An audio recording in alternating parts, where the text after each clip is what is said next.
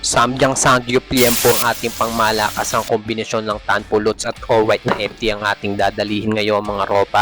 At isasabay mo pa sa paborito mong inumin at syempre napakasarap nito isampal sa kanin. Wow, talaga namang good shit. Tara, let's go! So ayan na, inilatag na natin yung ating pork belly at hiniwa ko lang ng palyempok at mga ropa. Then sa isang mixing bowl ay sisimulan na natin yung ating pagmarinate sa ating yobab. Nakasulat na pala yung ating timplada dyan mga ropa. Basahin nyo na lang, kayo ng bahala kung ano pang gusto nyo ilagay na pampalasa.